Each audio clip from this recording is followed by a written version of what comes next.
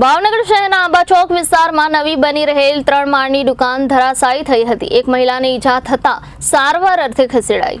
પ્રાપ્ત માહિતી મુજબ શહેરના આંબા ચોક વિસ્તારમાં 3 માળની દુકાન પડી ગઈ છે। સવાઈ ઘરની શેરી નજીક બનાવવામાં આવી રહેલ બિલ્ડિંગ અચાનક તૂટી પડી હતી અને કામગીરી હાથ ધરવામાં આવી છે।